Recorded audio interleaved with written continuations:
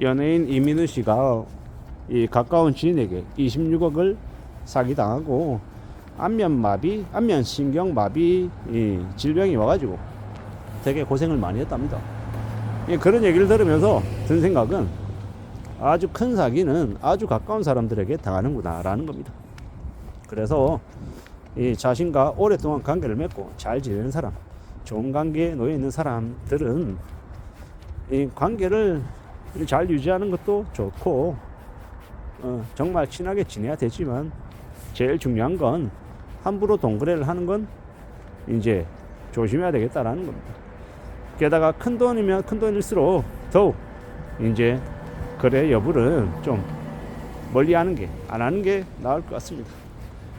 연예인 이민우 씨처럼 되게 젊은 시절 유명한 인기를 얻었는데 옆에 이제 뭐 코디네이터라고 하나요? 그 아주 가까이에서 항상 밀착해서 지내는 이 절친한 이 지인이 이 자신을 그렇게 오랫동안 가스라이팅하고 돈을 요구하고 이 세뇌시켜서 거의 이제 26억이라고 하는 돈을 빼간 거겠죠. 우선 이야기입니다. 26억이다. 아마 그 돈을 이 살아생전 다시 벌려고 하면 어려울 겁니다. 그렇게 돈을 다시 버는 일을 아마 경험하기가 무진장 어려울 겁니다. 평생을 이제 개고생해서 번 돈이라고 봐야겠죠. 그리고 아마 그 사기꾼, 그 이제 돈을 이제 사기쳤던 놈은요, 이 악인이죠. 그런 놈들은 정말로 햇빛을 못 보게 만들어야 됩니다. 한국은 법이 너무 어슬해서 그런 사기를 쳐도 뭐 비싼 변호사 쓰면 뭐 3년, 5년 이렇게밖에 안 사니까 되게 어처구니가 없죠. 이런 말도 안 되는 일들이 벌어지고 있다라고 이제 봐야 되는 거죠. 참으로 힘겹고 참으로 어렵고 참으로 황당한 일들이 많이 생기는 것 같습니다. 어떻게 봐야 되겠습니까? 어떻게 지내야 되겠습니까? 현실은 참 냉혹한 거다라고 봐야 되겠습니다. 함부로 누군가에게 쉽게 그런 일을 안 당하기 위해서는 동거래는 하면 안 된다라는 거. 누가 그런 얘기를 하더라고요. 가족 간에도 동거래는 하면 안 된다. 차라리 도와줄 수 있으면 일정 부분의 금액을 500만 원이든 1000만 원이든 2000만 원이든 5000만 원이든 주고 그냥 잊어버린다. 그건 괜찮다라는 겁니다. 다시 돌려받기를 바라지 않고 그냥 주는 것만은 괜찮을 수 있다. 근데 돈을 빌려주고 받을 생각을 하고 또 이자를 또 기대하고 이러면 사실 어려울 수 있다라고 얘기하더라고요. 돈 거래는 안 하는 게 낫다. 돈 거래는 하지 말자 라는 이야기를 많이 하고 있습니다. 왜냐, 돈도 잃을 수 있지만 그 사람과의 관계도 같이 잃을 수 있기 때문입니다. 그게 무서운 현실이다라는 겁니다. 앞으로 우리가 살아가면서 경험하면서 견디면서 어떻게 지내야 되겠습니까? 어떻게 살아갈 수 있겠습니까?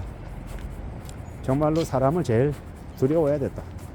나와 정말 가까운 사이다 라고 하면 더욱더 염려하고 더 겁내면서 멀리할 필요가 있겠다라는 겁니다. 그런 생각들이 많이 들었습니다. 험한 시대를 살아가고 있구나. 그리고 가까운 사람이 정말 믿는 사람들이 더 나에게 나쁜 짓을 하는 나쁜 사람으로 돌변할 수 있겠구나 라는 사실을 말입니다. 무섭죠. 이런 얘기를 이제 들으면, 이런 뉴스를 이제 보게 되면 두려움이 많이 생깁니다. 사람을 믿으면 안 되겠구나. 너무 가까이에 지내는 사람들이 정말 둘도 없는 사이라고 해서 정말 내가 모든 걸 다 줄 수 있다, 이런 생각은 좀 위험할 수 있겠구나 라는 것 말입니다. 살아가는 우리의 삶이, 우리의 현실들이 녹록지 않구나, 예사롭지 않구나, 어렵구나, 많이 두렵구나 라는 생각이 듭니다. 그래서 어떻게 살아가야 되겠습니까? 어떤 마음으로 지내야 되겠습니까? 참 두려워하고 염려하고 참 적당한 거리를 두며 사는 게 더 필요하겠다라고 생각하게 됩니다. 현실은 많이 차갑고 냉혹하다라는 생각을 더욱더 하게 되네요. 무섭다라는 생각이 듭니다. 사기당하지 않기 위해서, 그리고 남을 이용해 먹지 않기 위해서 우리는 좀 냉정하게 살 필요가 있는 것 같습니다. 함부로 남에게 아무리 확실한 게 있다 하더라도 가까운 사람에게 돈을 빌리는 건 안 하는 게 맞겠다라는 겁니다. 정말 돈이 없으면 최대한 남에게 비치지 않고 살아가는 길을 강구하는 게 맞겠다라는 겁니다. 물론 정말 궁지에 몰리고 쉽지 않으니까 돈을 빌려고 했겠죠. 근데 이 사람들이 참 간사하고 희한한 게 빌릴 때는 절박한데 갚을 때는 괜히 손해보는 것 같고 안 주려 하고 하는 이런 마음들이 있더라는 겁니다. 이기적이죠. 그런 비정상적인 삶을 사는 사람들이 있더라는 겁니다. 그래서 더욱더 염려해야 되고 더욱더 조심하며 살아가야 되는 것 같습니다. 사람을 함부로 믿어서는 안 된다라는 거죠. 사람을 믿을 게 못 된다라는 말이 정말 어르신들 말이 맞는 것 같습니다. 검은 머리 짐승은 걷어서 키우는 게 아니다, 이런 얘기도 하죠. 오랫동안 자식처럼 오래오래 금이야 오기야 키워놨더니 이 그런 양부모를 뒤통치는 쓰레기 같은 인간들도 되게 많고요. 참 그런 걸 보면 무서운 것 같습니다. 험한 세상을 어떻게 살아가야 되겠습니까? 어떻게 지내야 되겠습니까? 참 염려스럽고 겁나고 두려운 일들이 많더라는 겁니다. 분명히 우리는 앞으로도 살아가면서 힘든 일들을 많이 겪을 겁니다. 사기당하는 경우도 많고요. 대한민국에서는 사기만 안 당해도 그래도 중간은 간다, 중산층은 될 수 있다, 빚만 없어도 중산층이다, 사기만 안 당해도 중산층이다, 이런 이야기가 있습니다. 그만큼 많이 당한다는 이야기입니다. 우리가 살아가는 지금의 시대에 이 힘든 현실들을 어떻게 견디고 어떻게 극복하며 살 수 있겠습니까?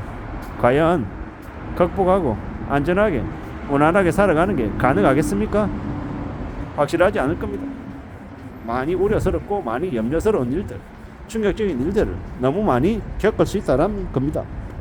지금의 시대에는 이 사람들을 사기쳐먹고 뒤통치고 이용해 먹는 걸 뻔뻔하게 아무렇지 않게 생각하는 인간들이 많다라는 겁니다. 그래서 더 조심하고 더 사람을 가려야 될 것 같습니다.